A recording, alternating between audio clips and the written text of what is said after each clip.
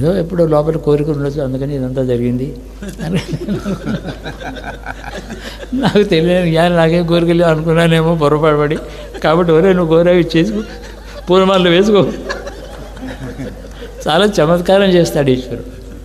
వద్దన్నా అంటే ఏంటంటే, ఎలాగైతే పాపఫలాన్ని అనిపించే రోగం వస్తుందో, కాలం వస్తుందో, శుభఫలాలు కూడా అనిపించేది వద్దన్నా వస్తుంది.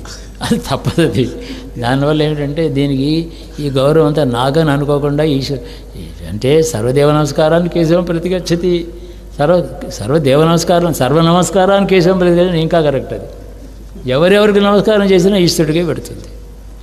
కాబట్టి ఈ ఆరాధన ఆయనకే పెడుతుంది.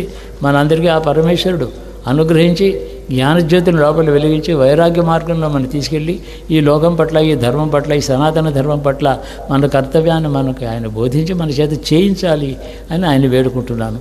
శుభం భూయాత్.